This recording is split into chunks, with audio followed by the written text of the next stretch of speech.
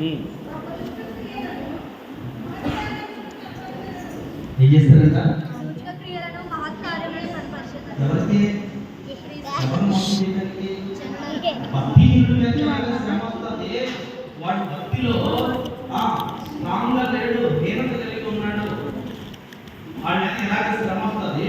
కానీ రెండవ కోసం ఏంటో తెలిసి నీవు దగ్గర గమనించవలసింది, నువ్వు సిద్ధపడిపోయి ఉన్నావు. నువ్వు దేవుని కుమార్తెగా, కుమారుడుగా, వధువు సంఘముగా, లేదా ప్రత్యేకింపబడిన వ్యక్తిగా, లేదా పరలోకం వెళ్ళే గుంపులో చేర్చబడిన కుమార్తెగా, కుమారుడుగా ఉన్న నిన్ను కూడా వీలు కుదిరితే, అవకాశం కుదిరితే ఏదో రకంగా ఏం చేస్తారంట?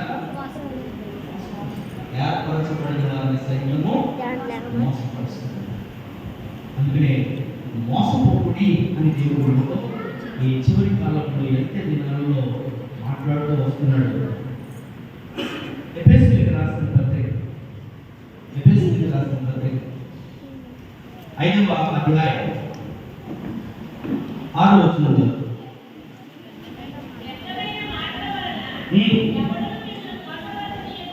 అంటే మాటలు బట్టి స్వాత పాఠ్యభాగంలో మనం చదివాం.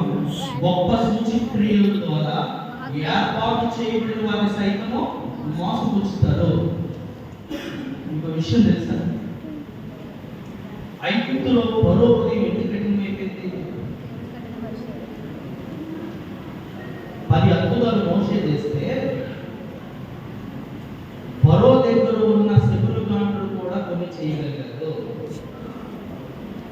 శకునగాండ్రుడు ఏం చేశారు? మోసే కాలంలో పాడేస్తే కాలం కూడా పాడేసినప్పుడు పాములని, ఆ పాములన్నింటినీ మోసే కాలం మింగేసింది. కానీ అది తర్వాత విషయం. ఫరో ఏంటంటే మోసే దేవుడితో గొప్ప, మోసే దేవుడి దేవుడితో గొప్ప అనుకున్నాడు. అంతే. వారు కూడా నీరుని రక్తంగా మార్చారు. మోసే ఆ ఏటిని కొట్టినప్పుడు ఏటిలో ఉన్న నీరు రక్తంగా మారిపోతే ఆ శకునగాండ్రుడు కూడా వచ్చి ఆ రక్తంగా మార్చగలిగారు. అంటే మోసే దేవుడు గొప్ప అని మరో కఠినమైపోతుంది. ఎందుకు ఈ మాట తెలుసా? సూచక్రియలు కూడా చేస్తారు. స్వాత పాఠ్యభాగంలో చరిత్ర 24వ వచనంలో చెప్పబడుతున్న మాట ఏంటో తెలుసా? ఏర్పరచబడిన వారిని సైతము దేని ద్వారా అంటే అబద్ధపు క్రీస్తులు, అబద్ధపు ప్రవక్తలను వచ్చి సాధ్యమైతే ఏర్పరచబడిన వారిని సైతము మోసపుచ్చుటకై గొప్ప సూచక్రియలను, మహత్కార్యములను కనపరచెదరు.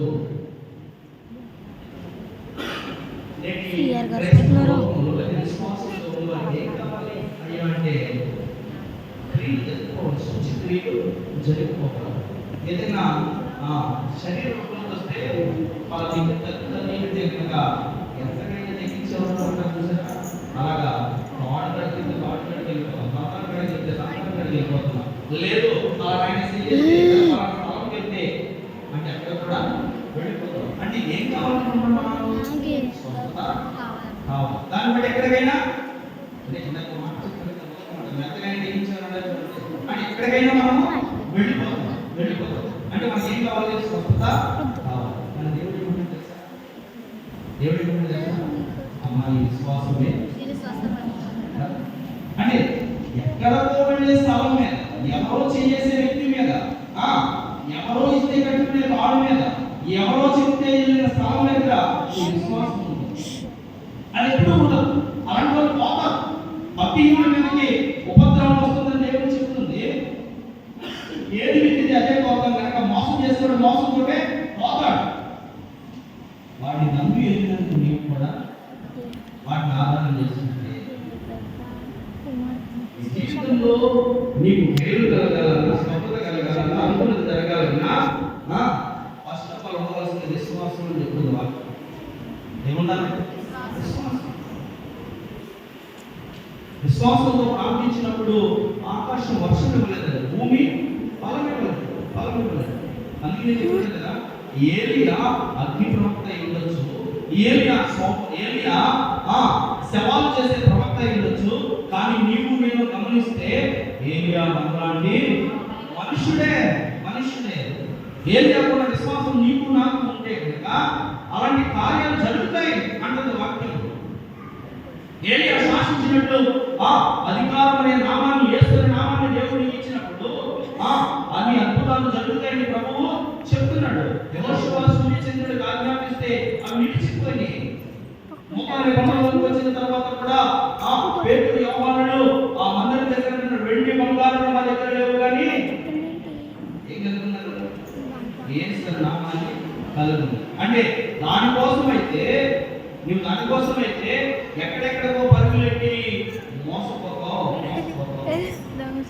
నీ జీవితంలో మేలు జరగాలి అంటే విశ్వాసిగా క్రైస్తవుడుగా పరుగులు తీయవలసిన అవసరం లేదు. ఎలా ఉందో తెలుసా? నీవు నేను కూడా ఎప్పుడైతే పాపాన్ని తెలుసుకుంటామో, ఎప్పుడైతే మన జీవితంలో తప్పులను ఒప్పుకుంటామో, ఎక్కడుంటే అక్కడ. అందుకే పురుషోత్త చౌదరి గారు తెలుసుకున్న తప్పును బట్టి చక్కటి పాట 315వ కీర్తన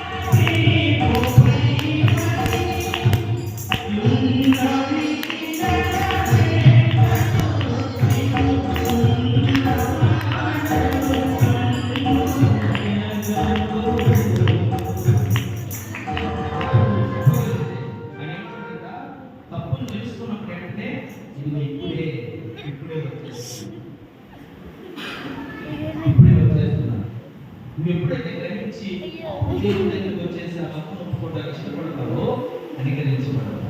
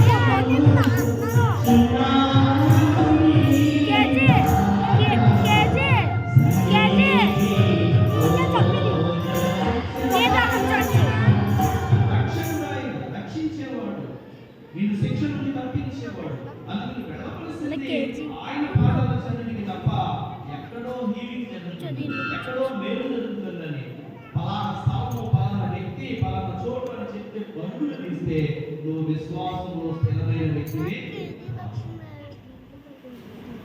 అలా తీసి పరుగులు తీసి నీవేమవుతావు అంటే కనుక అవసరమైతే చివరి దినాల్లో అబద్ధపు బోధకులు, అబద్ధపు క్రైస్తవులు లేకపోతే మోసం చేసే వస్తే సాధ్యమైనంత వరకు నీ బలహీనతను చూసి నువ్వు కూడా మోసం ఆఫర్ పెడతారు. ఆఫర్ అంటే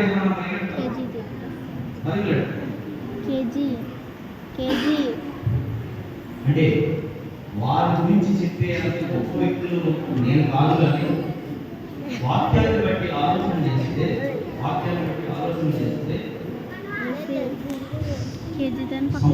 దావీదును అభిషేకించిన సమయంలో కూడా దావీదు సమయంలో అభిషేకం చేసుకున్నాడు.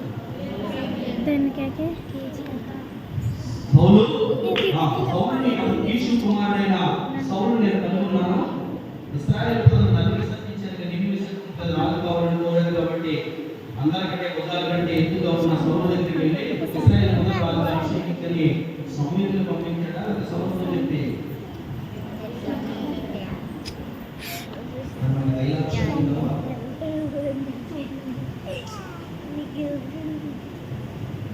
తప్పు పడతారు చెప్పట్లేదు. వెళ్తే దేనికోసం వెళ్ళాలంటే వాక్యం కోసం, వాక్యం నేర్చుకోవడానికి వెళ్ళాలి.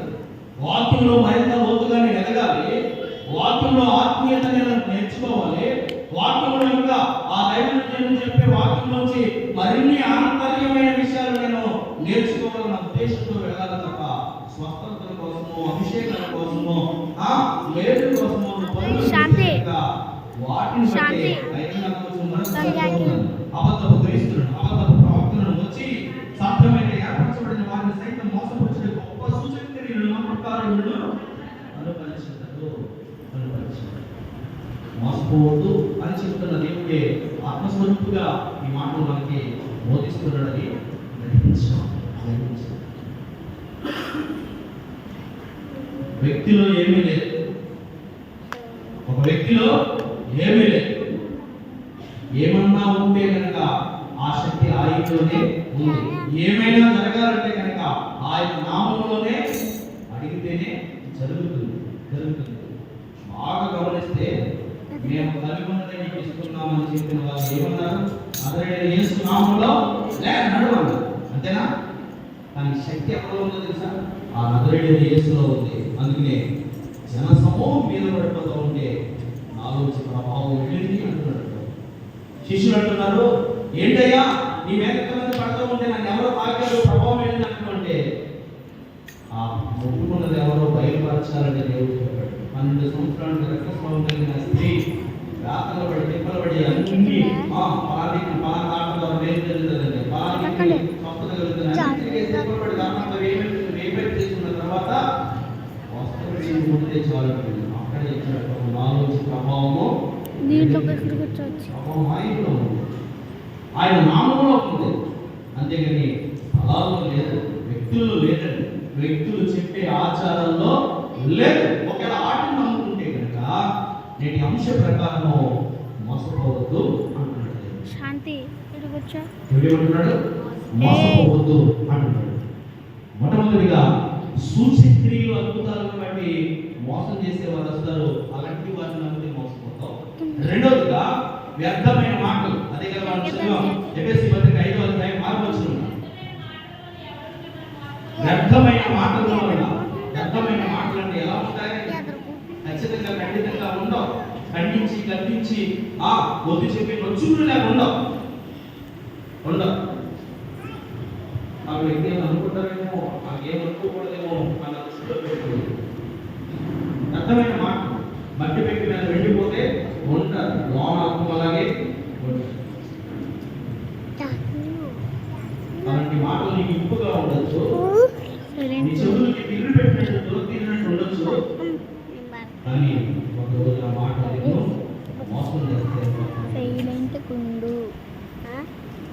వ్యర్థమైన మాటలు. మొట్టమొదటిగా సూచక్రియలు, మహత్కార్యాల గురించి మోసపోతే, రెండవదిగా వ్యర్థమైన మాటలను బట్టి మోసపోవడం. 6వ అధ్యాయం 7వ వచనం. మోసపోబడి దేవుడు వెకిరించబడ్డాడు. చదువు. దేవుడికి ఏమి ఇబ్బంది లేదు. నువ్వు వెళ్ళావు, నువ్వే బరువులు తీసుకుని వెళ్ళావు. అయ్యో ఇక్కడ అలా అనుకున్నావు,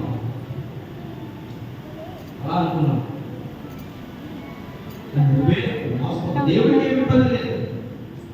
ఆయనది ఘననామం, ఆయన కీర్తనీయమైన నామం, ఆరాధించబడే నామం. ఆయనకేమి మహిమ తగ్గదు, ఆయనకేమి ఇబ్బంది లేదు.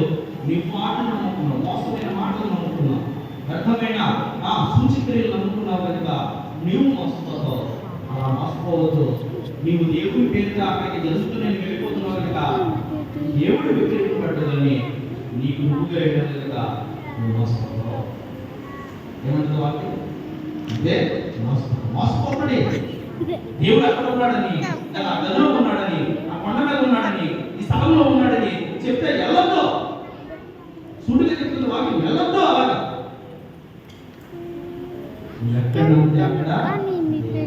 ఎక్కడెక్కడ వెళ్తామండి? దేవుడు నీలోనే ఉంటానన్నాడు, నీలోనే కొలువై ఉంటానన్నాడు. విశ్వాసాన్ని బట్టి కలిగితే కనుక మనలాంటి స్వభావం కలిగిన మనుషుడే ఆ భక్తులు జీవితంలో జరిగిన అద్భుతాలు మీ ద్వారా కూడా చేస్తాను. కావలసిన విశ్వాసం, ఆ విశ్వాసంలో స్థిరత్వం కలిగిన విశ్వాసం ఎలా ఉండాలని తెలుసా? నిత్యము నిలుచు, కదలక నిలుచు సియోను కొండవలే ఉండాలి. కొండ పరుగులు తీయి. నిజమైన విశ్వాసం కూడా అలాగే ఉండాలి.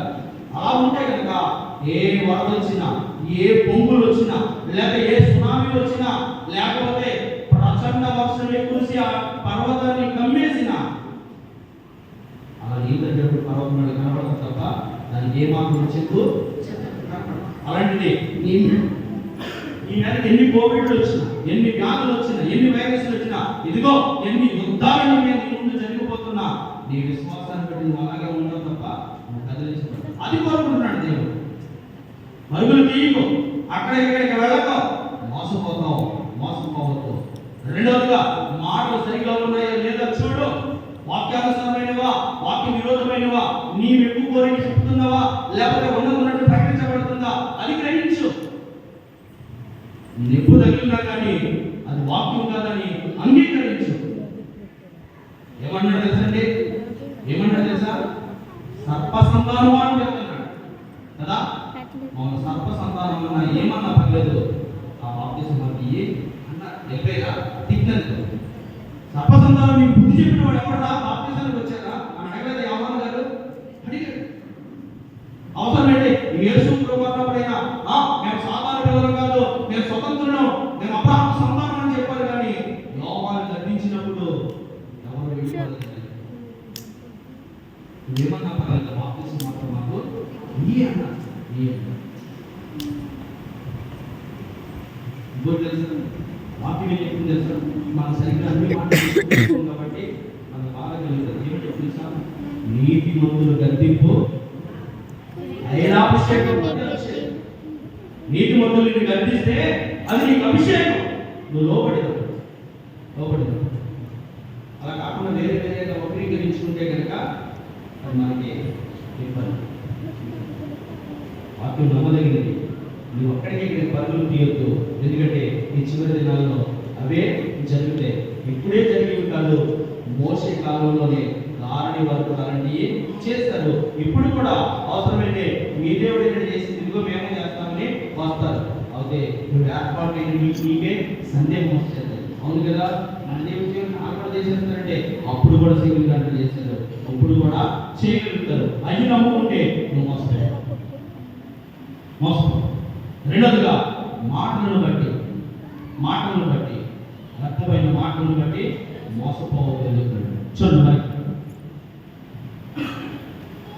యాకోబు పత్రిక మొదటి అధ్యాయం 22వ వచనం. మీరు వినువారు మాత్రమై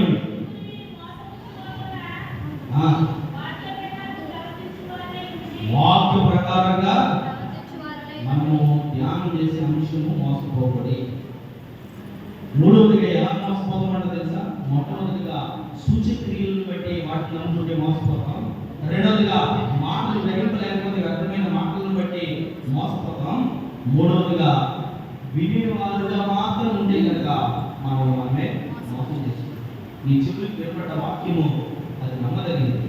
వాక్యము దేవుడే నీతో మాట్లాడినప్పుడు దాన్ని అనుసరించడానికి, అవలంబించడానికి, ఆచరించడానికి, దాన్ని బట్టి దేవుడిని ఆరాధించడానికి ప్రయత్నం చేస్తుంది. నీకు మేలు ఉంటుంది తప్ప విన్నాను చెప్పి విని అప్పకు అమ్మాను కదా వినాలని చెప్పేసి విని వెళ్ళిపోతే నీకు నువ్వు మోసం చేసుకుంటున్నావు అనుకోవాలి.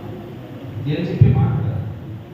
మొదటి అధ్యాయం 22వ వచనం అదే మాట్లాడు. మీరు వినువారు మాత్రంగా ఉంటే చదువు సరే.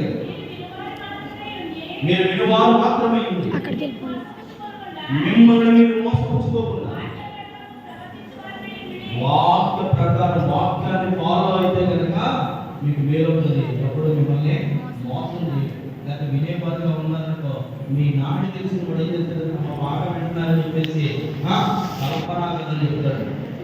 ఏం చెప్తాడు? కల్పనా కథలు నవ్వించి మీ కడుపు ఉబ్బేలాగా నవ్వించి ఆ కథ చెప్తాడు. బాగా చెప్తారు అనుకుంటారు.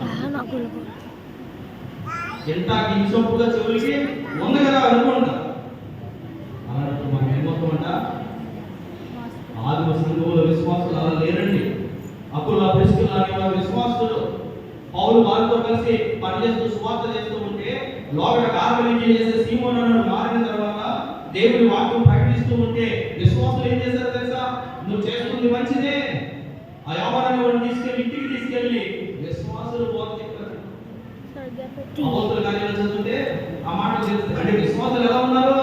చెప్పేది మంచిదా కాదా, దేవుని సంబంధమైనదా లోక సంబంధమైనదా అని గ్రహింపు కలిగిన వారుగా ఉన్నారు. ఆ గ్రహింపు లేకపోతే విలువారు మాత్రమే ఒకటి మనము మోసం చేస్తున్నాం. అందుకే పుట్టు క్రైస్తవులుగా ఉన్న మన జీవితాల్లో ఎన్ని వర్తమానాలు వినబడుతున్నాయి, ఎందుకు ఏమైపోతున్నాయి అంటే కనుక నేర్చుకునే ఆలోచన మనకి లేదు. మన చెవులు బాగా చెప్పారు.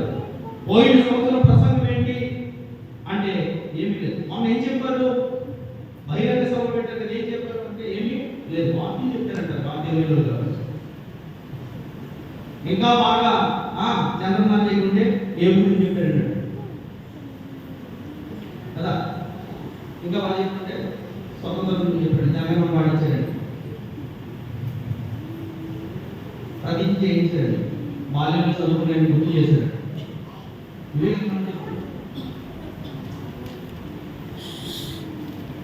పాపం అనే పానిసత్వం కింద, పాపం అనే గాడి కింద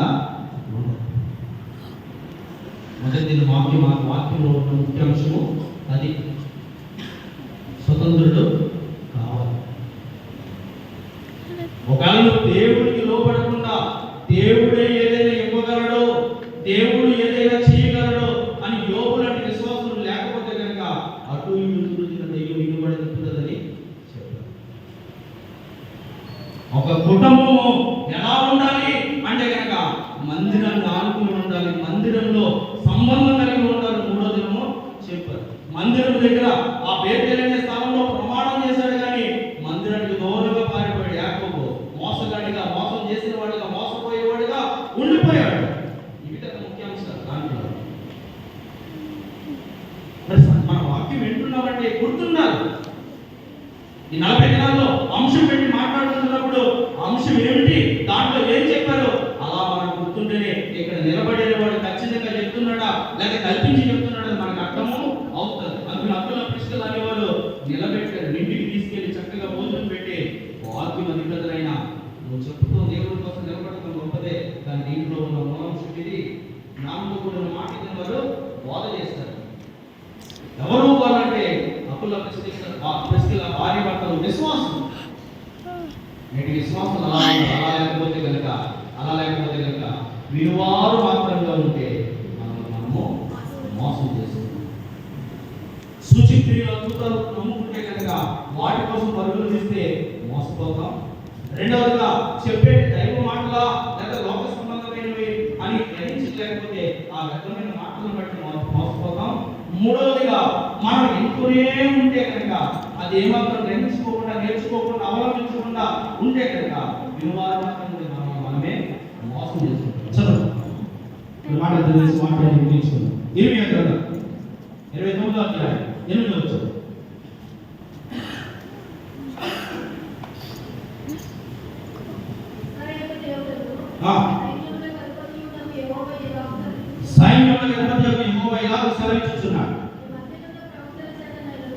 మీ మధ్య వచ్చిన ప్రవక్తల చేతనైన మోసం చేస్తారట. ప్రవక్తలు కూడా మోసం చేస్తారంట.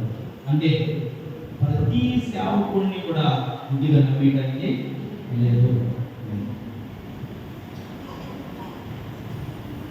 క్లియర్గా నమ్మడాలంటే వాక్యం కళ్ళలో పెట్టి ఎప్పుడు కూడా ఉండాలి. మీరు మోసపోవద్దు. 8 కాలంలో 40 వారు ఉన్నారు కాబట్టి ఈ చివరి దినాల్లో ఇంకా ఎక్కువగా ఉంటారు.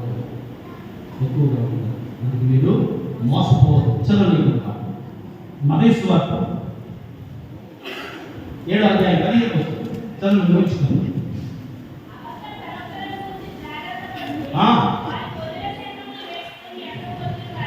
గొర్రెల శరం వేసుకున్న అందరికి లోనేటండా శాంతి గొర్రెలు కదా ఏమాత్రం జాగ్రత్త. ఏ గొర్రె దొరుకుతుంది ఆ గొర్రెని చంపుకు తింటారు. అబద్ధపు ప్రవక్తలు వేషం గొర్రెలే. ఇస్సాకంతటి భక్తుడే మోసపోయాడంట. కళ్ళు చూస్తే ఏశాపు స్వరం వింటే యాకోబు అంటున్నాడు. యాకోబు ఒకవేళ కొడుకు కదని కాంప్రమైజ్ అయిపోవచ్చు, కానీ అలా కాంప్రమైజ్ అయితే మోసపోతావు. లోన వారి క్రూరమైన కోడేడు బట్టి స్వభావం కలిగి చదవండి బయట మార్కు సువార్త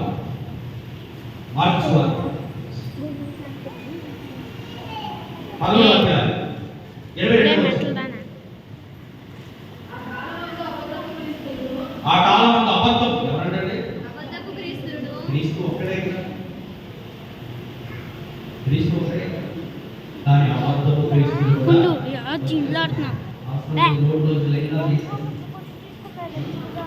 అద్భుతాలు చేసేస్తారు.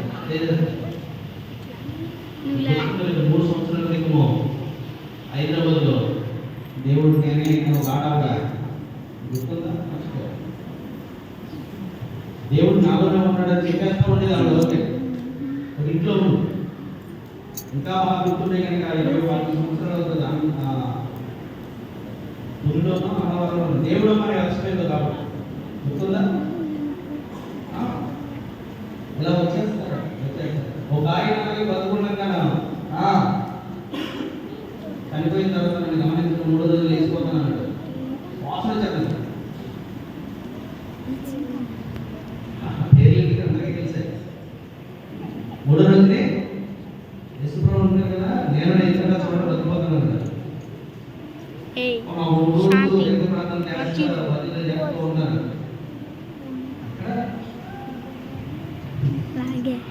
ఏది అంటే చూసారా? 2019 ఆరాధిస్తున్నవాడు ఎవరు ఉన్నాడు గట్టిగా లేకపోతే ఎవరన్నాడు? లేకపోతే ఒక ప్రయాణంలో దూరంగా ఉన్నాడేమో ఇంకా గట్టిగా చేయండి. అదే నైవేద్యం వరకు కూడా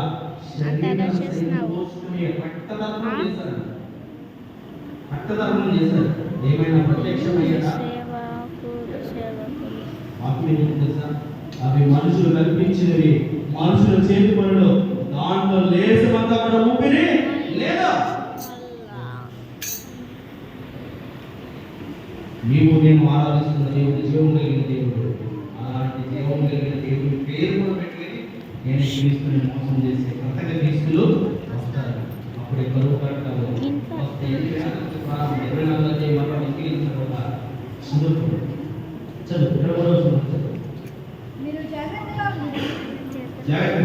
ఇదిగో సమస్తమును మీతో ముందుగా చెప్పియున్నాను. ఇదిగో సమస్తం నేను మీకు ముందుగా చెప్తున్నాను. ఏం చెప్తున్నానంటే మోసపోవద్దు. చివరి దినాల్లో మోసం చేసేవారు అవసరమైతే క్రీస్తులను చెప్పుకుంటారు కూడా ఏమాత్రమో వెళ్తీయుడు అలా కూడా వచ్చేస్తారు. మీరు అద్భుతాల కోసం వెళ్తే కనుక మోసపోతారు. వ్యర్థమైన మాటలు నమ్ముకుని వెళ్తే కనుక మోసపోతారు. మీరు వినేవారుగా ఉంటే కనుక మిమ్మల్ని మీరు మోసం చేసుకుంటారు. అందుకే నేను ఏం చెప్తున్నానంటే ముందుగా ఇవన్నీ కూడా 23వ వచనంలో మార్కు సువార్త చదివినదే కదా. మీకు 10వ అధ్యాయం 22వ వచనంలో చదివిన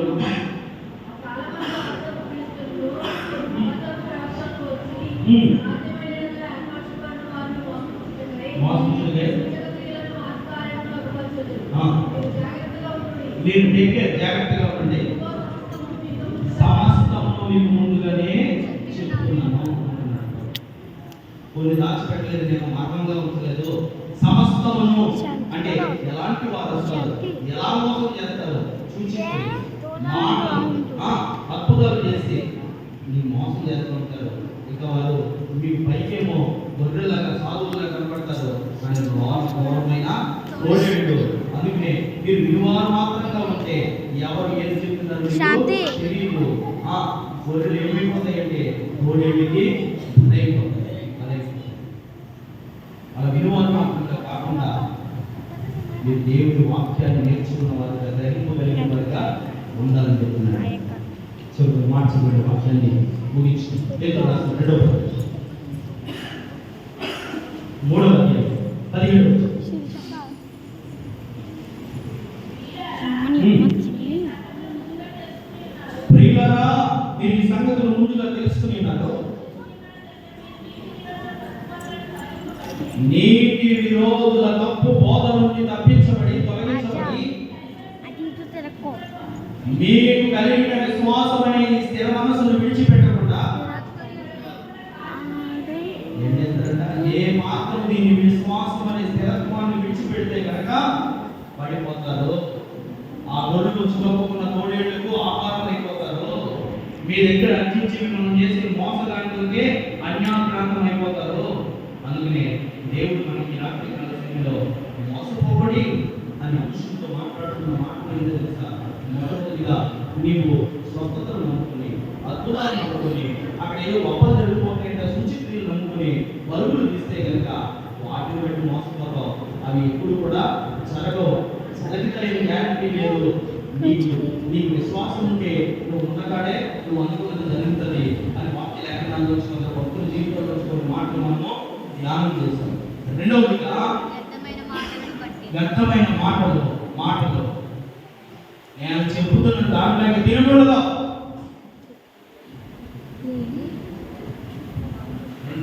ఆ దేవుడు చెప్పాడు అక్కడ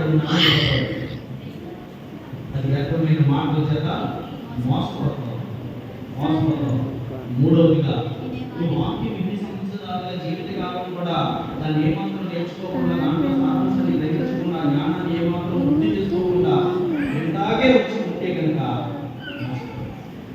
మీ విలువలు మాత్రంగా ఉంటే మిమ్మల్ని మీరు మోసం చేసుకుంటారు. అలా చేసుకోకుండా ఉండటానికే మార్క్స్ వార్తలు పేతురు రాసిన పత్రికలో చెప్తున్న మాట ఏంటో తెలుసా? విశ్వాసంలో స్థిరంగా ఉండండి. అందుకే ఈ సంగతులను మీకు ముందుగానే మోసపోకూడని చెప్పిన దేవుడు ఈ చివరి దినాల్లో మోసపోయే అవకాశాలు ఉన్నాయి. మాటమైన మోసాలను బట్టి కాదు దేవుడు చెప్పింది. విశ్వాసంలో ఉన్న మన జీవితంలో కలిగి ఉన్న రక్షణ, పొందుకోవలసిన రక్షణ, కలిగి ఉన్న విశ్వాసము గట్టిగా పట్టుకోకపోతే నేను భూమి విశ్వాసం పొందవుతున్నా అని ప్రశ్నించిన దేవుని యొక్క విశ్వాసం వ్యక్తి నీకు నేనే మిగిలిపోతుంది. అలా కాకుండా విశ్వాసంలో స్థిరులను కదల్చబడిన వారిగా ఉంటే కనుక నీ విశ్వాసాన్ని బట్టి బడా నమ్మకమైన మంచి దాసుడా, బడా నమ్మకమైన మంచి దాసుడా కమ్ అని చెప్పి దేవుడు పిలిచిన స్థలంలోనికి నడిపిస్తున్న ప్రవేశించినటువంటి పరిశుద్ధాత్మ దేవుని సహాయ సన్నిధి మనందరికీ అనుగ్రహించబడును గాక.